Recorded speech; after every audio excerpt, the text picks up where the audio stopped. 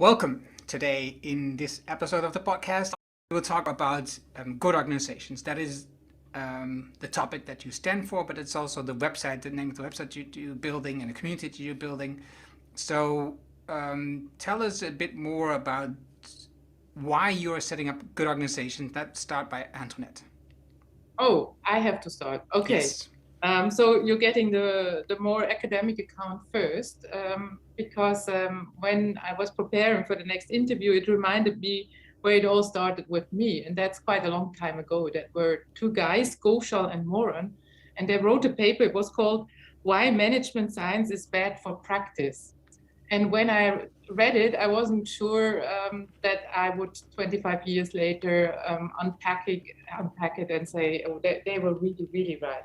And their core ideas were that with management science, we look at human beings as parts, as egoistic, opportunistic, atomized individuals.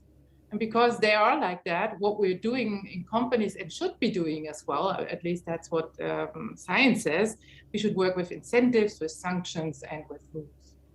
And little did I realize then that is, of course, exactly the opposite how practice works. And that is also probably in the end why it is bad for practice, because in practice, we really need full human beings who are reflective, who can kind of negotiate and navigate in the context, because of course everything is much more uncertain and much more ambiguous than what we made up in our nice little management book text.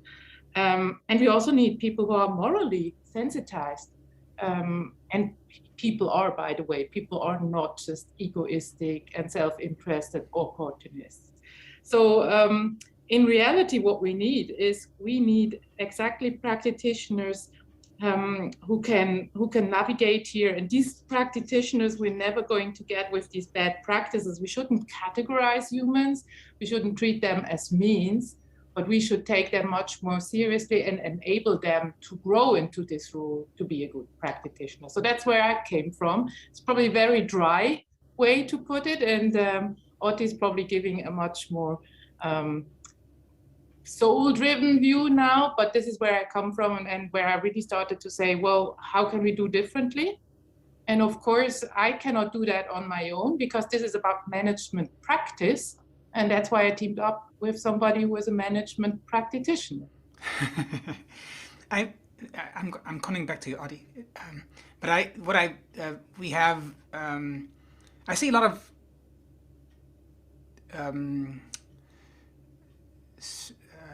similarities to what I'm working on, and that is the Rhineland way. You know, the Rhineland way, the countries along the Rhine, they have a different way as compared to the Anglo-American way, right? Mm-hmm.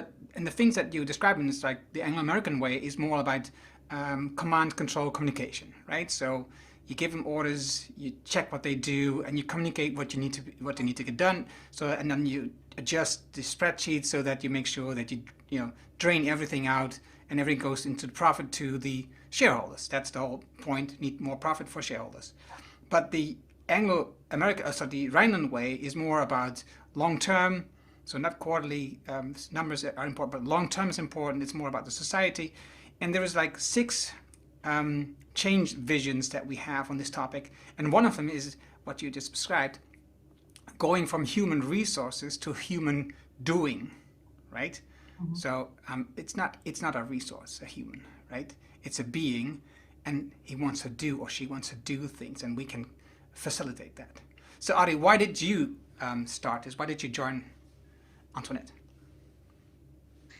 Firstly, thanks for having us, and I'm glad to be the surprise guest for once on the show.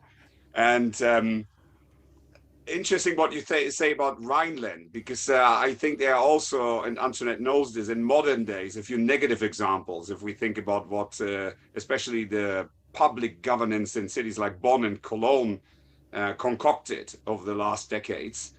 But what you say is right. I think where I'm coming from is from a practice perspective, where, as Antoinette often suggests, we have an action bias.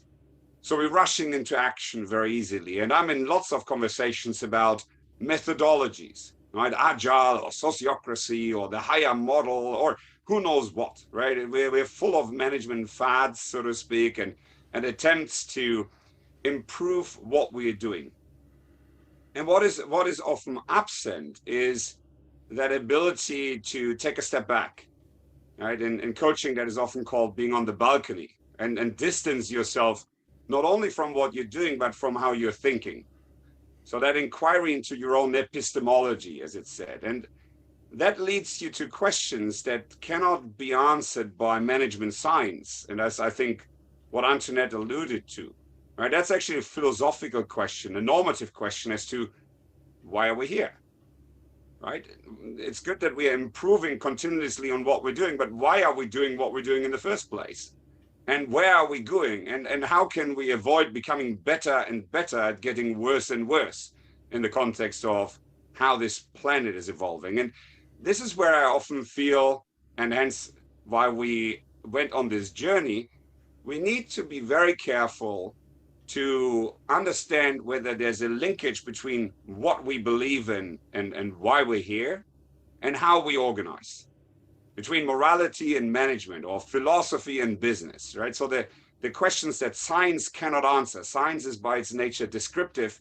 A question about what is good is by its very nature axiological, i.e. normative, right? That is a different subject that requires a different space to be explored. And hence, I think on this inquiry, we're trying to go back to the drawing board to say, what is good? Right? Can we agree on kind of what the license to operate for a 21st century organization actually is, right? So what is it? People talk about ecological problems, they talk about lack of human flourishing, and so on, but it's not entirely clear. There are lots of different ideas and many are somewhat mystic, right? So there's this notion of complex systems and human essence and all sorts of almost pseudo-religious concepts where nobody exactly knows what it means. And then secondly, can we try to understand what that means for the theory and the beliefs that we hold? Can we critically examine what those ideas behind agile are? As Antoinette says, right, many of the practices that we are very happy to roll out in organizations probably crowd out some of the goodness or the intrinsic motivation of people. And finally, where Antoinette and I want to go to is make some practical, again, Antoinette's point on practitioners, right? So the people who want to be on this journey and want to do some good, how can we help them? What are some concepts, theories, frameworks, heuristics that could possibly enable them to get better without going through all that pain that we go through and reading 100 books and talking to philosophers and all that, right? So what are the practical, what is the practical advice that we can give all these people beyond Teal, beyond Agile, beyond kind of the latest thing that someone on the corridor might be finding a good idea? And that's actually not so easy, but it's very important, I think, because I feel more and more there are people at this time, it's especially after the pandemic and with the climate crisis, who want to do good, but who are scrambling for answers. And you get answers from consultants and management books and so on, but very few of them are rigorously tested in an academic sense. And then you got the, Antoinette, sorry, but I have to say this, then you got the academic articles, which are often very theoretical and have their own language and so on, and also easily accessible. We're very far away from the lands of practitioners. So building the bridges across all these things, morality and management science, theory and practice, as Antoinette pointed out, that's a bit the mission that we're on. And I feel very personally, that is very important for leaders. And I want to be a good leader, a good manager. And therefore, before I go back to the practice, I want to make sure I've learned the lesson. Okay. First, let's see that we can clarify, because we talked about theory and practice, and I point to the two different people that how I see them on my screen right now.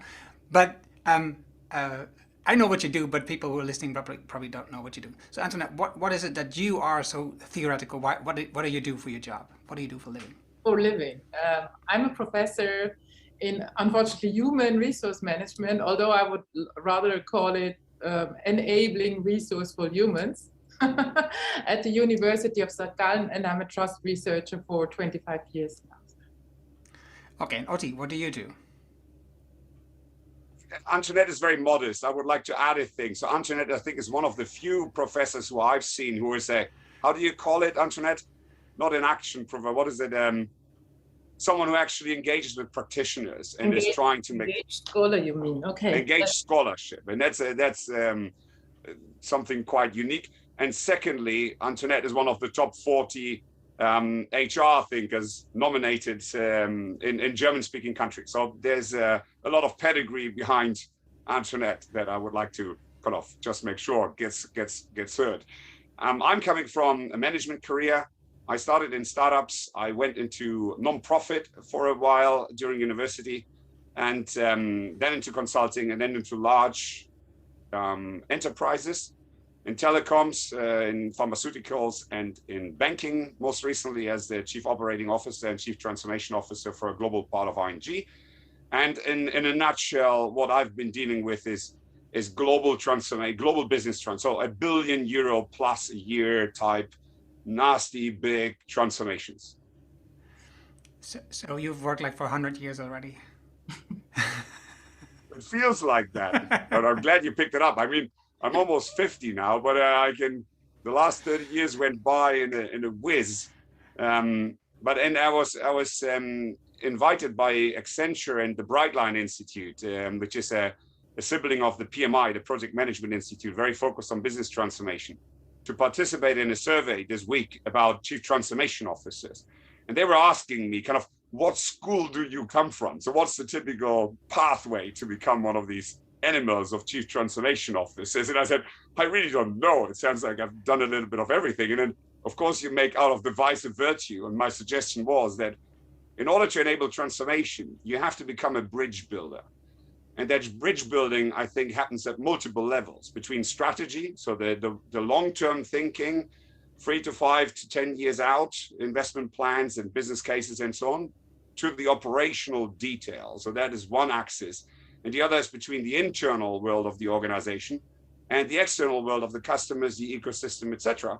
And then the last dimension that I think is really important is that moral dimension, as Antoinette pointed out. So kind of between the day-to-day modus operandi of however the firm is working with, what is our role in the wider world? How do you leave a legacy that is good for ourselves and the generations to come?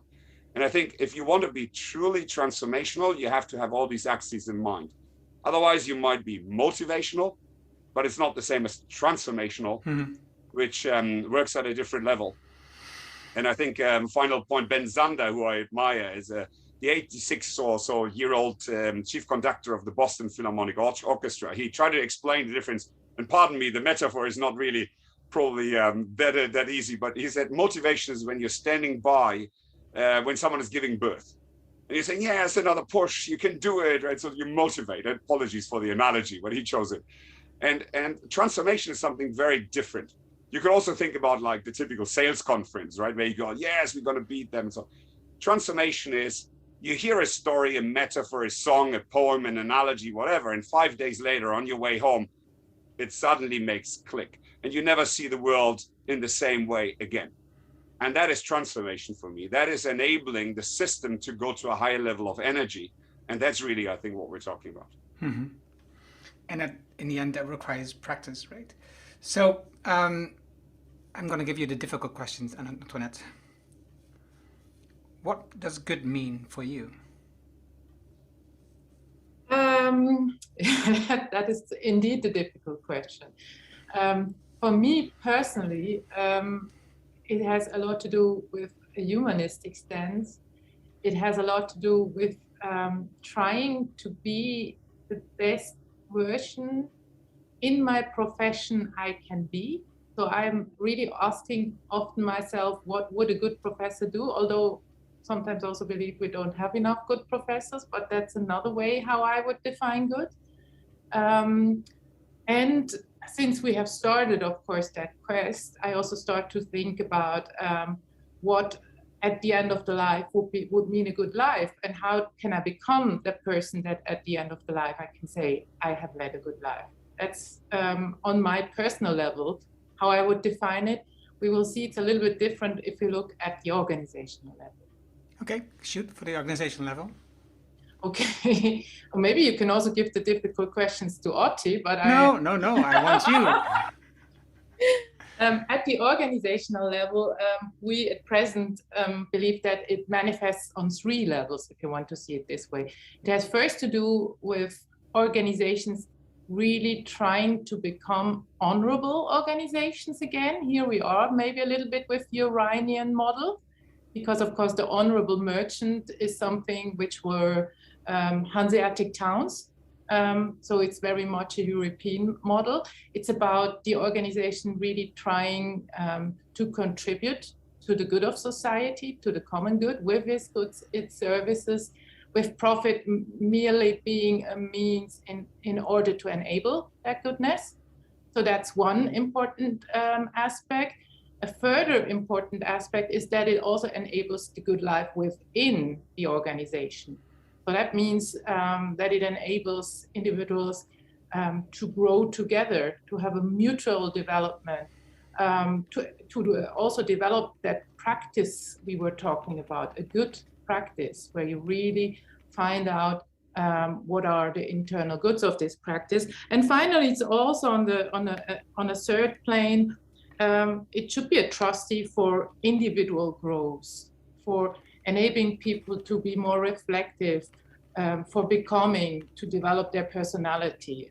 So that would be how I would try to, hopefully not too long, frame it, what a good organization look like. What do you mean, for not too long?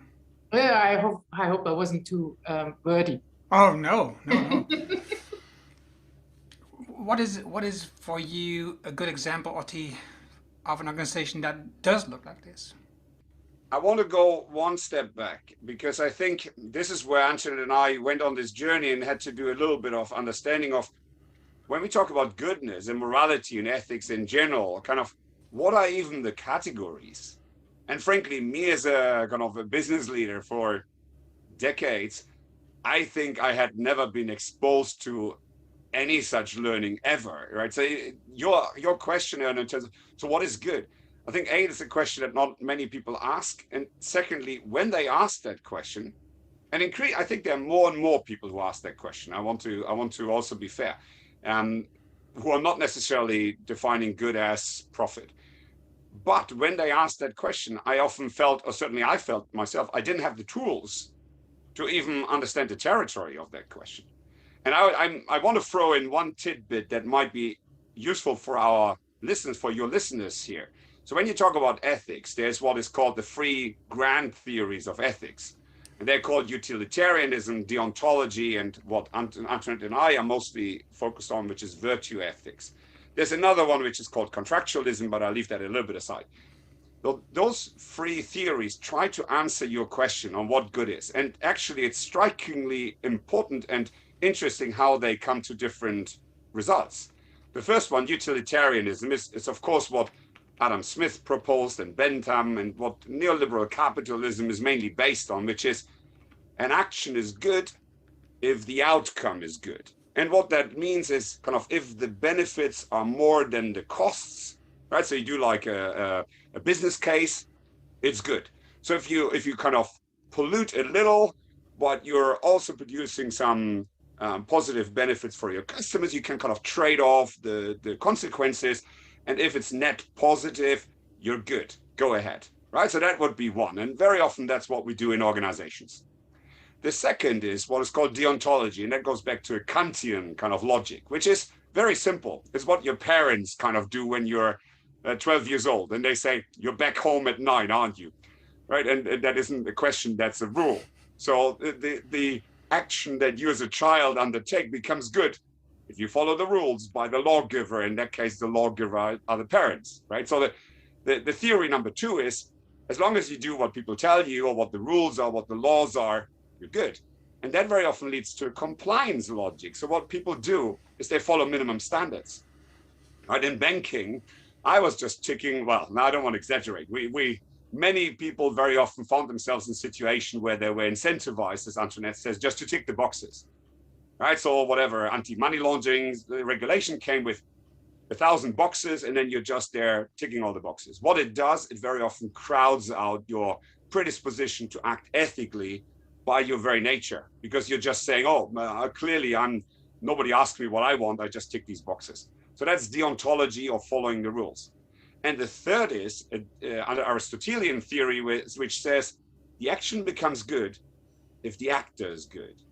And that is quite interesting, because as Antoinette just describes, the actor becomes good if in the action that person is able to reflect about themselves, the relationships, and the world around them, right? And this, what Aristotle called phronesis, or practical wisdom, requires really a skill, a practice, a habitual kind of self-reflection, self-analysis within action to understand what could the best possible course of action that makes me flourish, but also the ecosystem and within which I am flourish, what could that be?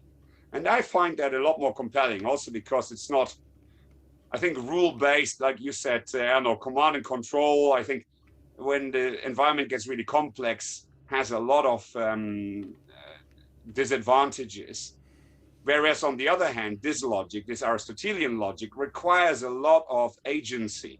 People stepping up to understanding who they are themselves, what they feel, how they think, what their relationships look like, and indeed this question as to what is my potential contribution to this universe? How can I make my action now become really good?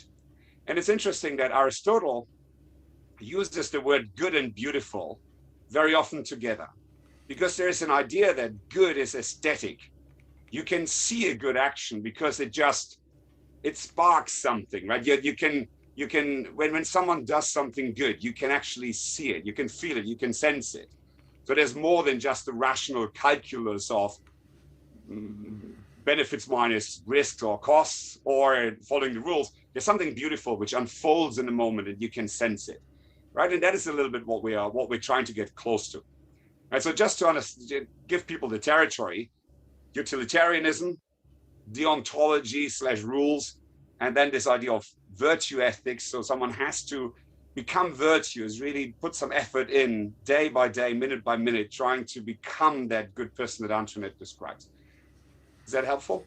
Yes, but it also sparks another question. Because I haven't answered your questions. I'm a bit cheeky here. But no, that's okay. That's okay. Don't worry about it. Because what you just said at the end, it reminded me of greenwashing, right? So if you sense something, you feel the spark, and you see that it's good, and this could be easily done by marketing and by greenwashing and by what's it called, influencing. So they give you a great story, it makes you feel good, but if you really, really look through, you see that it's not really the truth, right? So I think it could be very difficult to understand as an individual what is a good company. Do you have any clues on how you could help people to understand how you could find good companies? I think this is all, and indeed that was your question. I find that hard. So the greenwashing thing, again, the predisposition here is that the action becomes good because the actor is good. So actually walking around a company, you probably can find some clues. And there are lots of every process, every structure gives you hints about the underlying morality and worldviews that people have, right? This is where someone suggested that culture is kind of walking around in the canteen and feeling and sensing what's going on, right? Someone said it's what's happening when the boss isn't here, but I think there's a lot more to it. And we are taking this notion of culture a step further to character. So what's the character of an organization, which is more like what are the routines, what are indeed the habituated structures that people use, and what does it tell you? What is the sense that you get?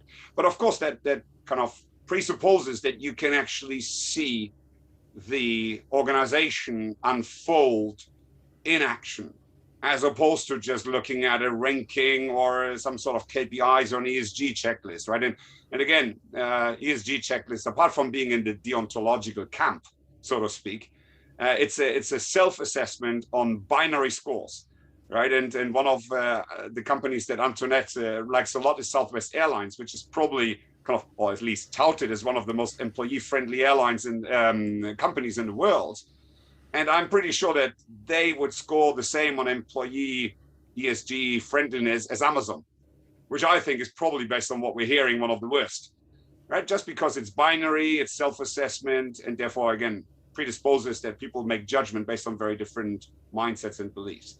So I think it's very hard to, from the outside, try to understand what's going on the inside. So you probably need to go in and dig a little bit deeper in order to really understand that.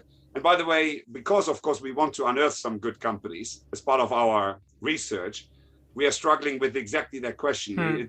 We need to go beyond surveys and telephone interviews and so on and figure out what are the symbols, what are the signs, what are the softer markers that you could potentially then use in order to understand that with a bit of systematic kind of assessment.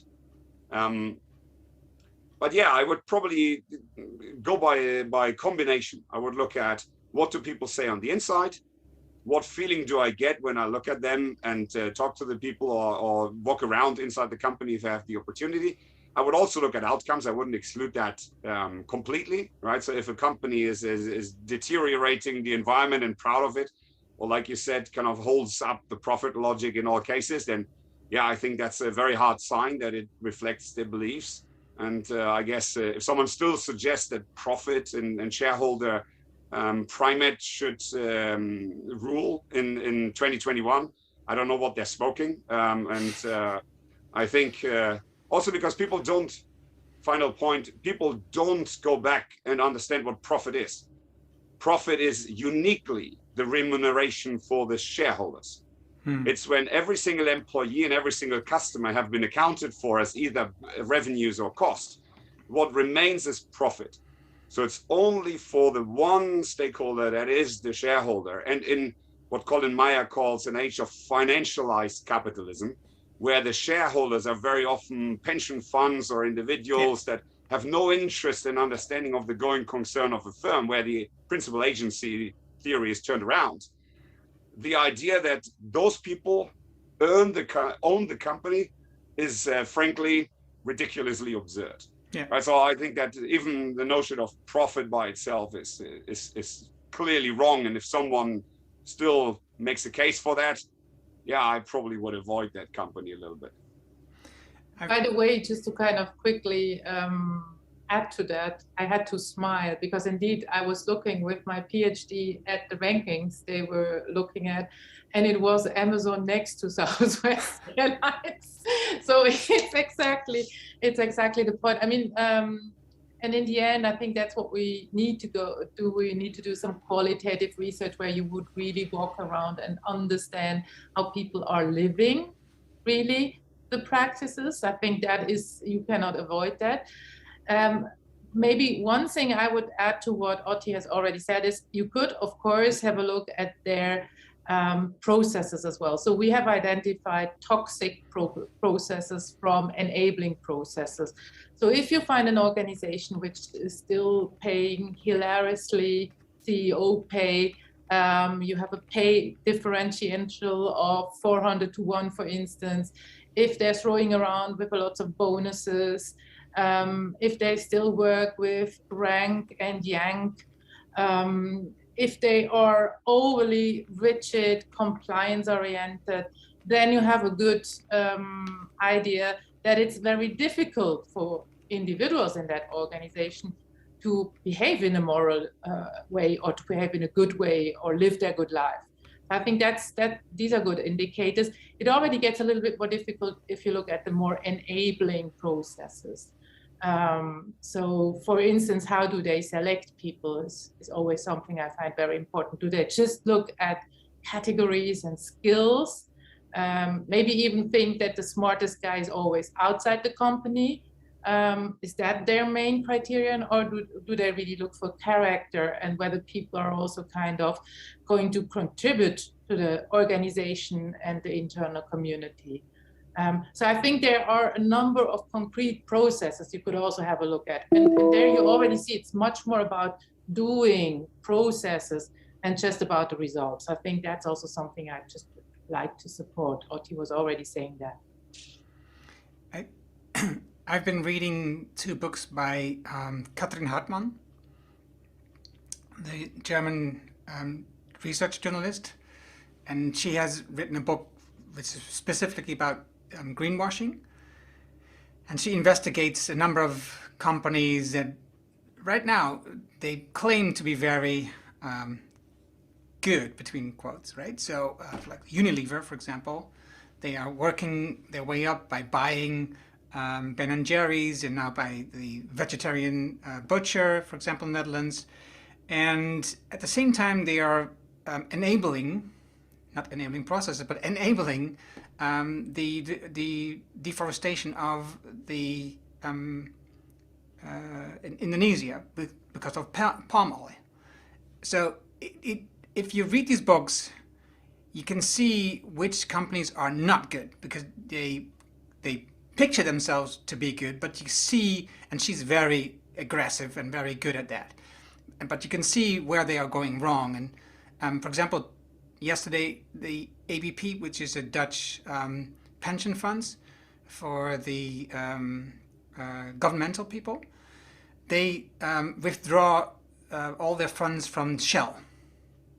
So that was a signal, they said. But they also, just 2 weeks ago, they still said, we don't want to do that because we want to have like a sort of a control influence on that they will change away from the direction they are going now. But now they've changed, obviously, their mind, probably under pressure. But the question is, how will they get more influence? If they are a shareholder or if they are not a shareholder, right? So where are they more able to make sure that Shell will shift, because they have shifted the last 2 years more into fossil fuels than before, because they've closed some of the energy parks down, the wind parks, or solar projects that they were doing. I don't know. I see that makes it for me still. You have to read a lot to make sure that you understand what is a good and what is a bad company or not so good company. I think, Erno, what you're pointing to is the second problem, right? Even if we could all agree on what good is, the second problem is how do we get there? Yeah. Right. And I think, again, the idea so there was a lot of shareholder activism in the press, first for bad reasons, so to speak, right there. I think in the context of Danone and Nordea Bank and so on, the idea, I think, was shareholders stepped in, threw out the good people in inverted commas, and of course people create narratives around all this, right? But the story was they ousted the good people because they were not pursuing sufficiently the profit maxim. Correct. Right. And on the other hand, now we're getting these funds who put righteous goals onto their flags and banners and try to act that way. The challenge with that is Carol Sanford, one of the people that we interviewed recently, calls this the do-good paradigm, right? Where people start to get a little bit colonial and then try to force people for their own good, so to speak. So I have an idea of what good means, and then I will try to, by whatever tactic, get you to comply with my idea of goodness. And that, of course, also has its challenges, right? And especially there was a Dutch gentleman from the University, I think, of Amsterdam or Eindhoven or so, who did a very nice analysis of the SDGs, the mindset and the paradigms and the beliefs behind the Sustainable Development Goals of the United Nations. And what he came up with is a mixture, right? So some of them are very traditional, deontological, right? So they just try to create rules and then force people to comply. A lot of them are actually utilitarian.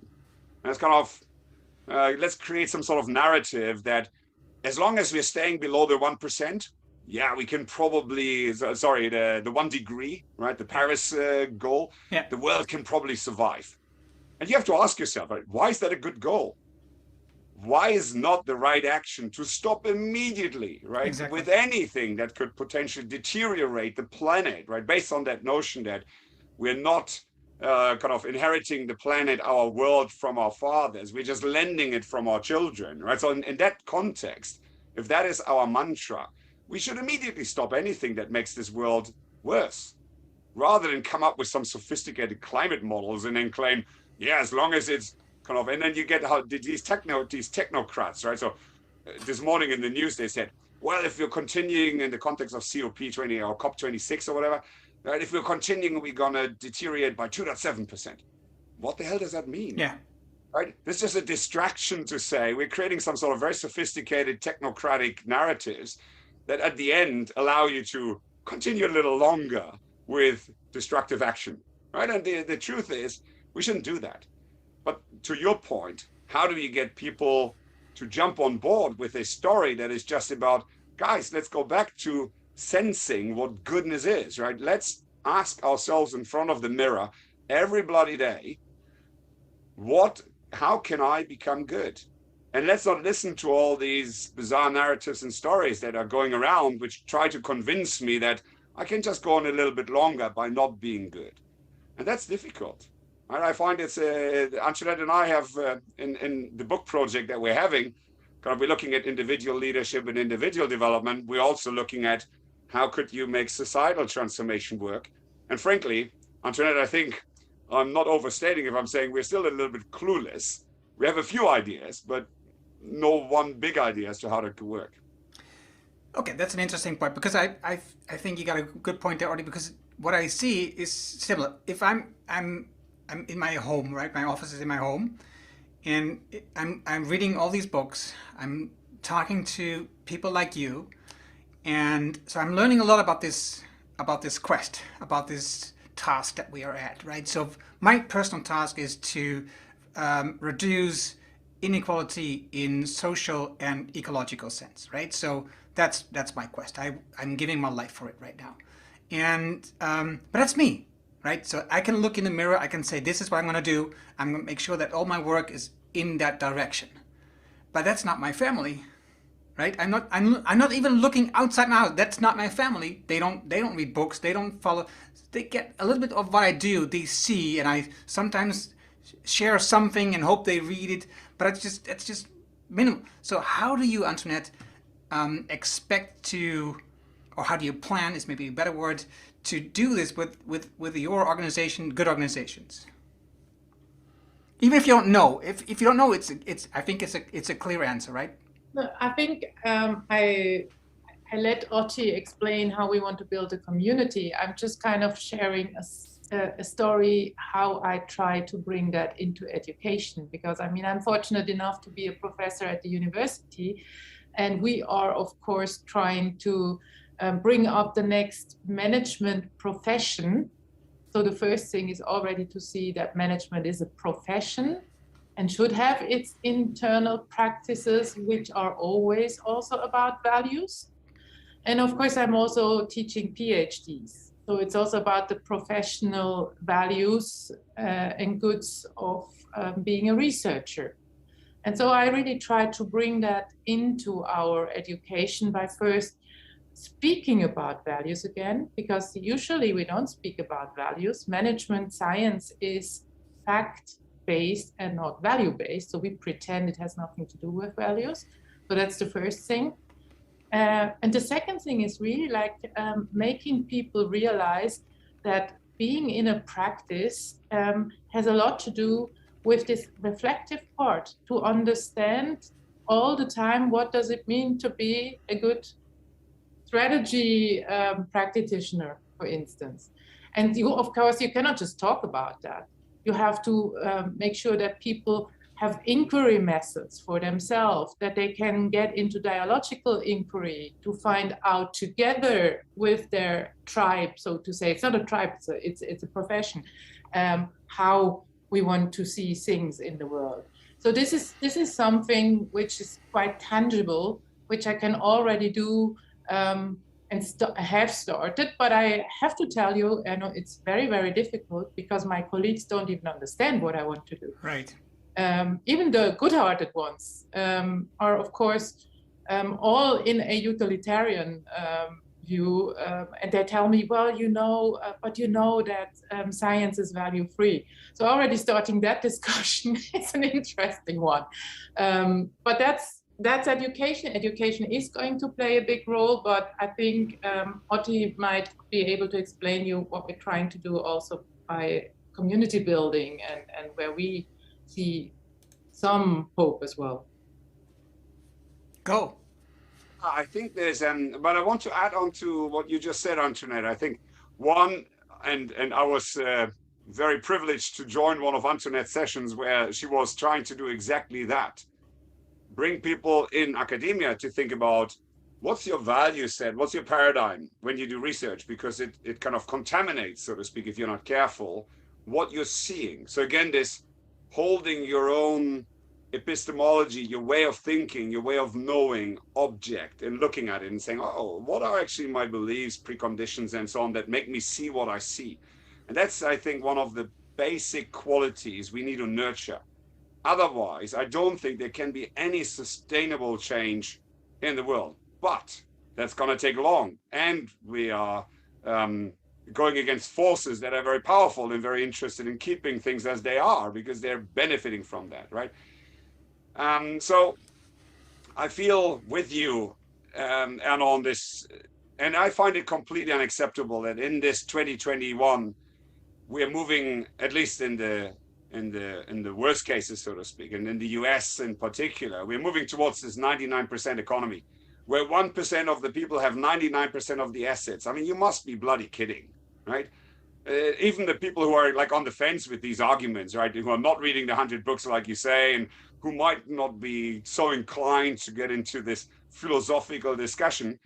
Yeah, but that's all good. But open your eyes, right? Just see what's going on. There's just too much suffering, right? We are such a privileged, advanced people.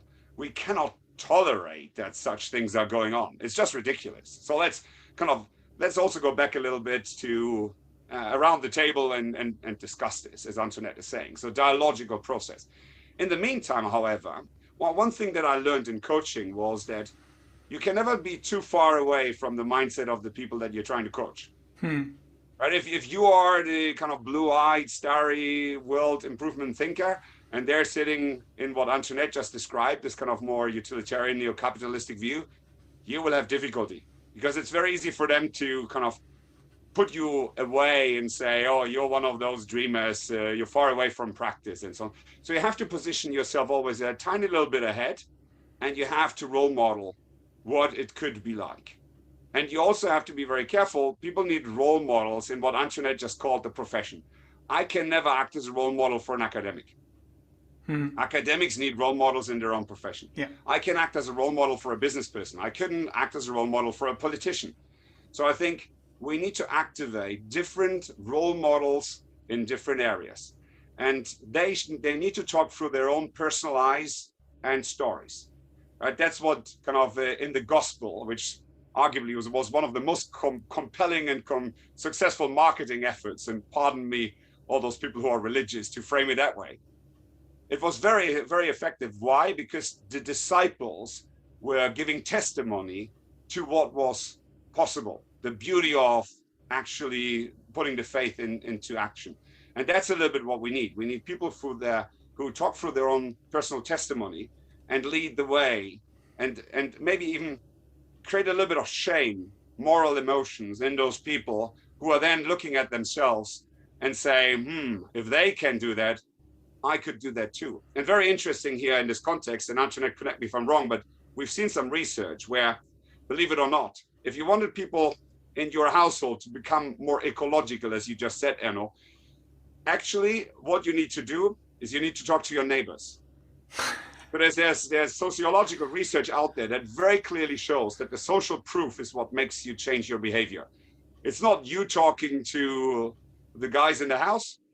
If your three neighbors around you start to look at your kind of net zero household, or start to kind of collect rubbish or whatever, right, behave differently, then you suddenly start to do that too, right? So you need to understand how social change is activated in different constituencies.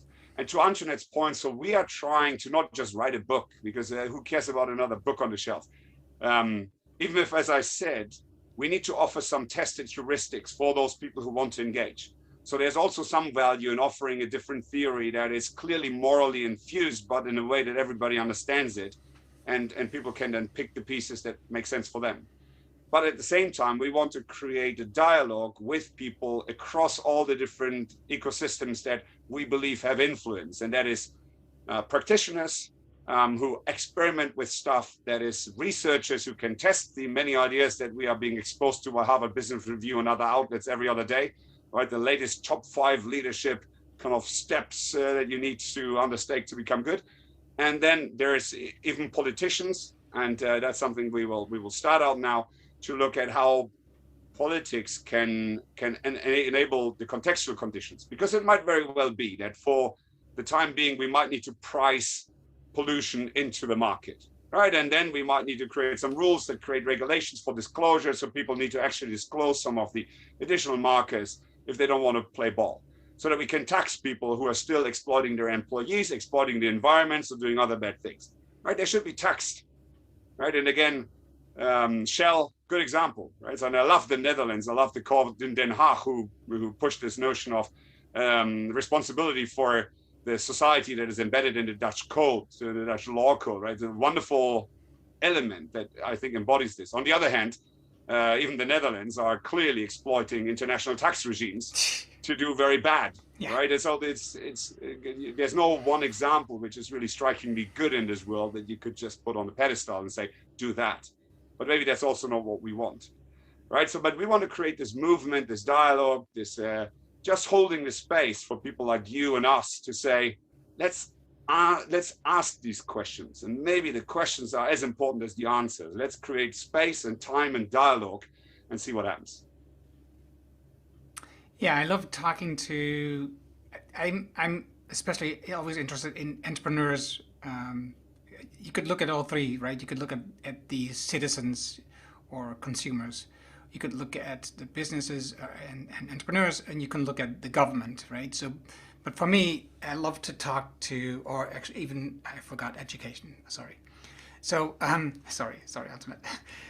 But for me, the easiest thing to do is to talk to entrepreneurs. That's the language that I understand. That's people that I understand very well, but they also understand me. So for me, it's the easiest thing to talk to entrepreneurs and to give also people a platform like my podcast to be an example, right? So I like to speak to entrepreneurs who are on the right path, that I believe that are building a good company, and give them a platform as an example. This is what we're doing. I'm not saying you have to do it that way. No, they are just saying, this is what we're doing. Do with it what you want, right? So, and I like that approach, that these people have their own mission in the world, and they are going for it, and they hope that a lot of people will just cling on and just follow their path. And I think that's what you're doing similarly. You are trying to build something, give examples of people who are doing this, but then secondly, you're also trying to give up a backup with research, that you know that you're doing the right thing. So what are some of the examples of research that you are investigating right now, Antoinette? Well, I mean, research-wise, exactly for the topic, if we're talking about evidence-based practices, we really started. So, I mean, what we first want to have a look at is what you asked first. Can we measure goodness? And I think we already explained that this is going to be extremely difficult, but we're still trying to come up with some kind of an index, and that will be a broad corridor kind of thing. So I'm pretty sure that you still would have companies falling in there which are struggling. If there are any big companies out there who are not struggling, it might be a surprise anyway. But this is the first thing we're doing. We're really looking more in a quantitative fashion. Can we give something like a corridor? And then at the same time, we're also slowly starting to select some companies because we would like to do case study research, because I'm really quite convinced that understanding how good organizations enable goodness is something we can only do by qualitative research. And it's also, I mean, Otti said it's important to kind of operationalize it. And again, for that, you need to understand still better what is it that is enabling. You were talking about entrepreneurship, so I would say individual co-creation in the company. That's also a form of entrepreneurship, but within the companies. So that's the next step we're going to take. And at present, we have one PhD student and an assistant of that PhD student, so to say. But of course, part of what we are looking for is also other PhD students who want to at least exchange on that topic together. We would love to have master theses on that topic. So this is what we are doing research-wise at present. Next to, of course, to be honest, at the moment we're building the model. I mean, we try to understand the theory landscape, as you heard, and probably already sounds quite as if we had an idea, but every time we are interviewing a new sage, we are starting to fall into the Dunning-Kruger effect again, and feeling we're really not very far, but somewhere in the valley of the not knowing anything, hopefully climbing out with better ideas later. Yeah. And maybe worth underpinning one thing on this, Erno, to the research. What Antoinette is describing is across disciplines, right? Which is not the usual process in neither academics nor medicine, right? You get very specialized on smaller and smaller parts. We're doing the opposite. So we are starting with philosophy and ethics. We're going to politics and political science. We're moving into management science, organizational design, etc. We're going to anthropology. We're going to religious studies. We're going into complexity and critical and system thinking and these type of abysses, so to speak, right, of human thoughts. And we're then trying to build bridges. And especially, I don't know if I said psychology, but on the individual and for example, the developmental psychology and social psychology, you start to see that in philosophy, psychology, management science, many of the concepts are actually very similar. But people use totally different language, and they also don't talk to each other, right? So this is one of the difficulties that we're having, and also where we believe we can add value, because we can actually say, oh, listen, here in psychology, you're talking about developmental psychology in terms of vertical development or individuation in the Jungian sense, or Kegan and so on, right? You can actually then see, oh, in philosophy, you have a similar idea about what it means to be reflective, right? And how you progress in terms of moral development and things like that. And then you say, oh, and I have a practice, which is, Antoinette pointed out earlier, is like leadership development or learning and development in a company. And then you say, oh, that's interesting, right? There's very little insight that gets cross-fertilized across them. And then we start to get kind of very curious and active. What is your steps? Because you are building a platform and a community on the Good Organization platform. So what is your steps? How can people join you? I think that means I should go first. Okay. How can people join us? It's a good question. And we were just about to prepare a launch message. And again, of course, none of us being marketing professionals or anything like that, but we're going to come out with a message, hopefully by the end of this week or so, to actually formally launch the project to the wider world. And the first thing that we ask people is just to sign up, right? On the goodorganizations.com website, there is a subscription button, and that means we will, of course, sell all your good data to all the companies that we can find. No, that's not it. We're going to just keep you informed of what we're doing. And one of the things we're doing, as Antoinette mentioned, is we're interviewing people who we consider to be sage, i.e. wise. And these are very often people who have a very high standing in either academia, practice, or politics, and who we believe have learning and can bridge practice and theory. And we're interviewing these people, and they are in-depth interviews. It's not the podcast of half an hour where you can just zoom in and zoom out. No, it's kind of very often it's like a 2 hours kind of deep dive into a standard set of questions. And these are always also very often kind of very similar, if not the same questions, to get all these different perspectives. And people can follow those. So the first we're launching with is Henry Mintzberg. Right? It's wonderful to talk to one of these super rebels and very insightful thinkers in management. So we spent some time with Henry, who is an hour away from Montreal at a place called Beaver Lake, and has a beaver statue collection beyond all the other good books that he's written. So it's very exciting. So we're trying to take people with us on this inquiry, but we will also along the way start to offer two other things or three other things. One, we're doing a lot of research. And I mean it, a lot of research. And I'm kind of feeling again as if I was back in school, because Antoinette is, of course, a professional researcher going at the speed of light. And I kind of try to keep up just with the amount of things that are are there to be read and to be digested and so on. But we want to make some of this available for people who are interested. So we're thinking about an appropriate way, like an academy, of course, for free, right? We're not here to earn any money out of this. It's just to take people on the journey. So we will make some of the stuff that we find really interesting available in a format that people can more easily consume. All right, so out of the 15,000 papers on virtue ethics, here are the 3 that we find most interesting, have a look. All right, so this type of academy, and we might offer like a monthly touch base with both of us and some other people who we repute very highly, and anyone who wants to join to hold the space and just talk about this stuff. All right, so that's, and we already have Wednesday sessions with a network that we call Nights of Change, where already today people can join and get closer to us.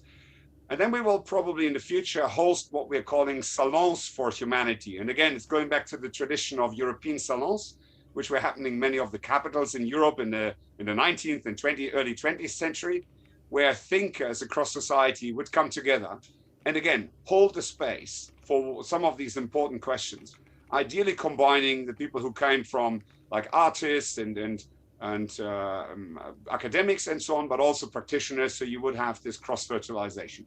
And that's one of the things that we would love to do. We haven't quite found out how to best do that, virtual or physical or whatever in between. But that's something else. But for the moment, I would say whoever gets interested in the conversation the 3 of us are having, not only kind of continue to listen to Erno's podcast and webcast, of course, but also maybe just subscribe to the feed on our website. And we will let you know once a month or so what's coming up, and people can choose what they like. Antoinette, I'm sure I've forgotten something. No, I just wanted to find out whether this is not concrete enough for Erno, because he already alluded to me in his Dutch bluntness that he doesn't understand how we are going to build the community. So I think Otti was quite concrete now. Is that helpful for you? Yes.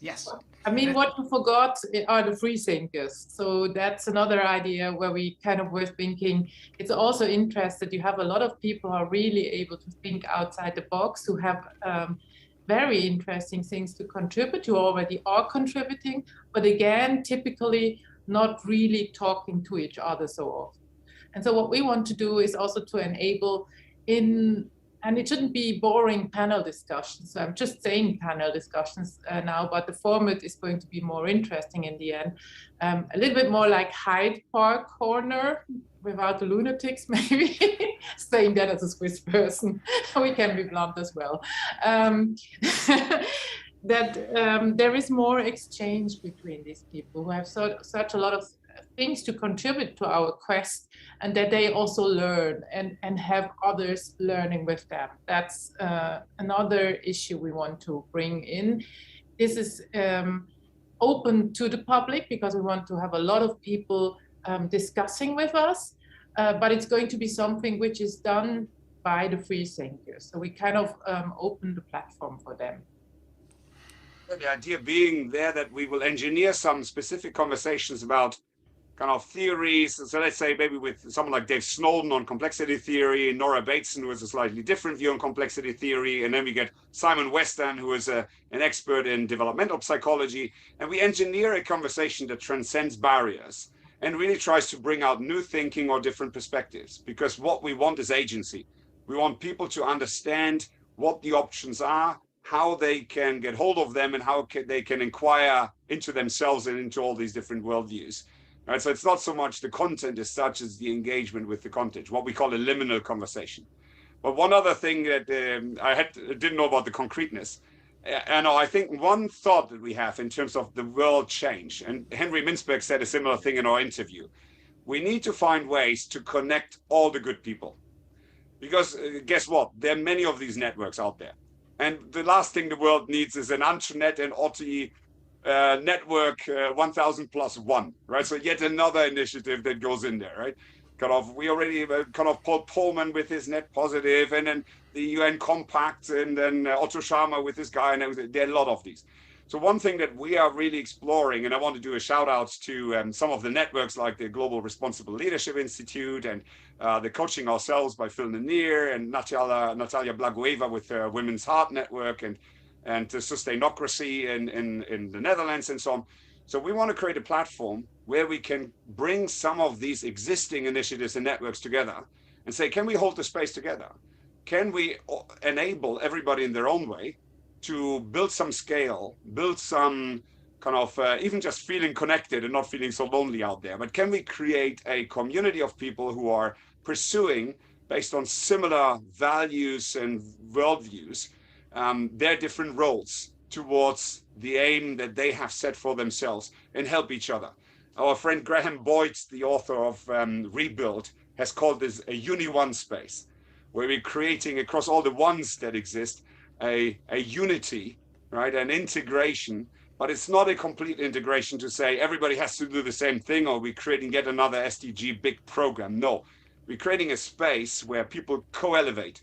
They lift each other up because they care about each other's success, and they're willing to put each other at the disposal of the community for the good of all.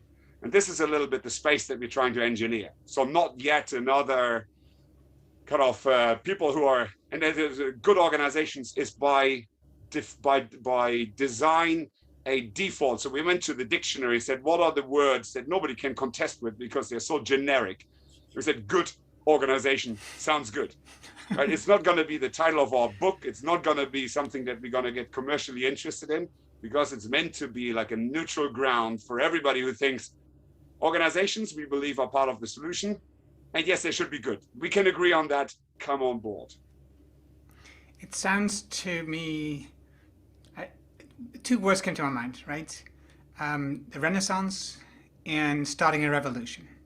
That's what I felt with when you describe it in this way. That's bringing people together so that together we could start a revolution. Because if you're on your own, I've lived by this message since COVID started last year, right? So I have this there's this saying, if you want to go fast, go alone. If you want to go far, go together. And I've really taken this idea since COVID for myself, because before I was just working on my own, but I realized that if I really want to make an impact, we should stop being all these ones trying to make a better world, and we should be like a team together, because then you can make a lot more impact. So I think that's what I'm hearing from the both of you right now. So that's great. I think the word Renaissance is beautiful, Erno, because the Renaissance in the 16th century was the Italian city-states after the plague blooming and blossoming. There was art, there was commerce, there was literature coming up. Why? Because people got this notion after the plague that life's too precious, life's too beautiful to be wasted in the acquisition of material goods and just being commanded and controlled in kind of sweatshops, right? As Henry Mintzberg in his book Rebalancing Society, at the beginning he says, we are competing and consuming ourselves into oblivion. Well, I think life's too short. So Renaissance, where the good life, as Antoinette says, the feeling of being alive together is back at the forefront of our minds, and everything else will follow, right? And the revolution means, and the most important aspect of a revolution is a change in power structures. There is no revolution if the power remains in the hands of the people that have it today. That's, for me, the most important aspect of a revolution. And I agree with you, Erno, we cannot really have a different world if the power remains with the people that have it today. It's impossible. So I think you caught it perfectly, that feeling, that sense of the good life, in combination with an organizational design and institutional design change that correlates with that sense of good life is what we're here for. And that requires a change in power structures. And again, if you're interested, come on the journey. Join us. And he says we're not good at marketing. I think I've got a lot of questions still to answer, but I also want to honor your time and the agreement that we had on the schedule, because you have other meetings planned afterwards. We may speak in the future to go into the book, for example, because that's what the initial thought was of this interview for me, was to help you to make a start promoting the book before you ever actually finished it. And so when the book comes, I would love to continue this good discussion and see how far you've come along. I will follow, of course, the trajectory via goodorganizations.com. .com, is it right? Yeah. I thought maybe .org, but .com. So I want to thank you both for being here, for explaining what good organizations will become, and lift a tip of the veil, I think it is, right, to what a good organization is. Thank you very much.